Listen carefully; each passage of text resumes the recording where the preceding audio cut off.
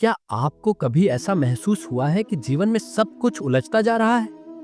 मन बेचैन है, चिंता हर वक्त घेरे रहती है और भविष्य को लेकर एक अनजाना डर सताता रहता है। अगर हाँ, तो आप अकेले नहीं हैं।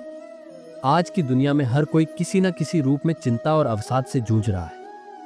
कोई करियर की चिंता में डूबा हुआ है, कोई रिश्तों की उलझनों में फंसा है, तो कोई जीवन के संघर्षों से थक चुका है।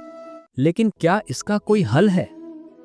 क्या कोई ऐसा मार्ग है जो हमें इस मानसिक अशांति से बाहर निकाल सके? अगर मैं आपसे कहूं कि हजारों साल पहले इस सवाल का जवाब दिया जा चुका था, तो क्या आप मानेंगे?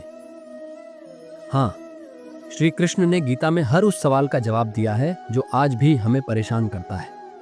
एक ही श्लोक में उन्होंने जीवन के इस गूढ़ रहस्य को सुलझा दिया है।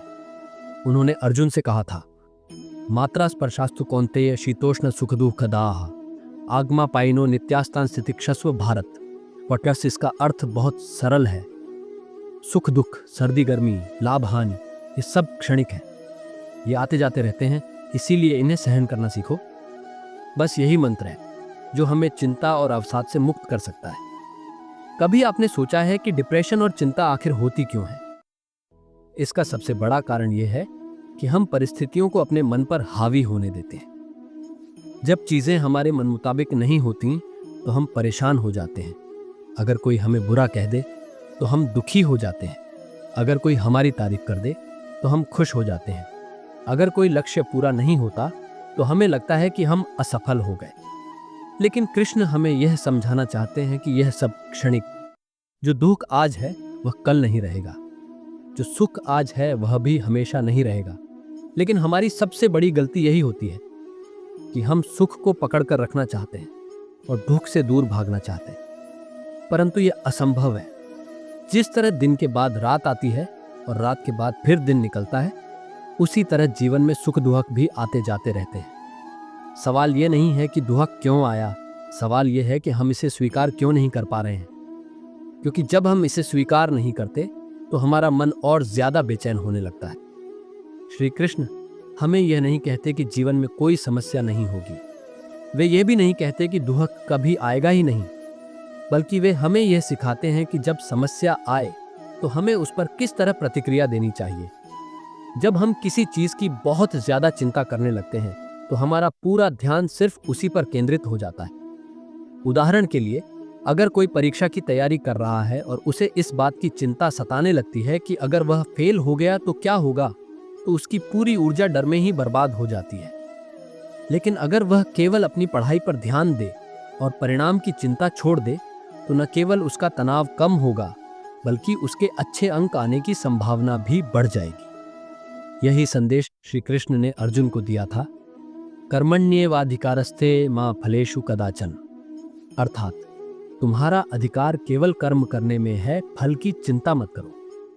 हमारी सारी समस्याओं की जड़ यही है कि हम फल की चिंता करते हैं, लेकिन अपने कर्म पर ध्यान नहीं देते। अगर हमें यह समझ आ जाए कि फल पर हमारा कोई नियंत्रण नहीं है, तो हमारी आधी चिंता वैसे ही समाप्त हो जाएगी। सोचिए, अगर बारिश होगी तो क्या आप उसे रोक सकते हैं? अगर गर्मी आएगी तो क्या आप उसे टाल सकते हैं? नहीं।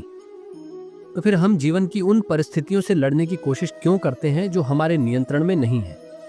इसके बजाय हमें यह सोचना चाहिए कि हम क्या कर सकते हैं जिससे हमारा आज और बेहतर हो जाए। यही कृष्ण का संदेश है। वर्तमान में जियो, अपनी पूरी ऊर्जा अपने कर्म में लगाओ और जो होगा उसे सहजता से स्वीकार करो। कई बार हमारी चिंता का कारण यह भी होता है कि हम बार बार अतीत की गलतियों को याद करते हैं या फिर भविष्य को लेकर डरते रहते हैं। लेकिन कृष्ण हमें सिखाते हैं कि यह जीवन हर क्षण बदल रहा है। अतीत को बदला नहीं जा सकता और भविष्य को हम अभी जी नहीं सकते, तो फिर उस पर सोचने का क्या फायदा? अगर हमें खुश रहना है तो हमें इस क्षण में जीना सीखना होगा। जब मन भूतकाल में भटकता है तो यह पछतावे को जन्म देता है। जब मन भविष्य की चिंता करता है तो यह डर को जन्म देता है। लेकिन जब हम वर्तमान में जीते हैं तो यह हमें शांति देता है। इसीलिए श्री कृष्ण हमें सिखाते हैं कि ध्यान और योग के माध्यम से अपने मन को नियंत्रित करें और उसे वर्तमान में टिका कर रखें। कृष्ण हमें बार बार यह भी याद दिलाते हैं कि हम केवल यह शरीर नहीं है, बल्कि आत्मा है। हमारी सारी परेशानियों का कारण यह है कि हम खुद को शरीर मानकर इस संसार की चीजों में उलझ जाते हैं। हम मान लेते हैं कि हमारी पहचान हमारे रिश्तों, नौकरी, संपत्ति या समाज में हमारी स्थिति से है। लेकिन जब इनमें से कुछ भी बदलता है तो हमें दर्द महसूस होता है।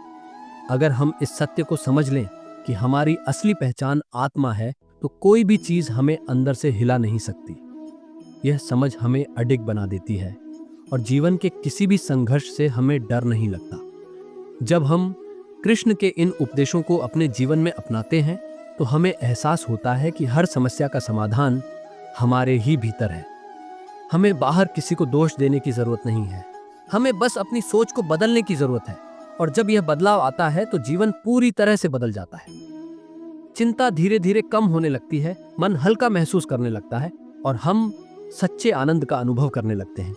आज अगर आप किसी भी समस्या से जूझ रहे हैं, चाहे वह मानसिक तनाव हो, करियर की चिंता हो, रिश्तों की उलझन हो या कोई और कठिनाई, तो एक बार श्री कृष्ण के इन उपदेशों को अपने जीवन में अपना कर देखिए। कोई भी बदलाव रातों रात नहीं होता, लेकिन अगर आप रोज थोड़ा थोड़ा प्रयास करेंगे तो आप खुद को पहले से बहुत ज्यादा शांत, संतुलित और खुशहाल पाएंगे।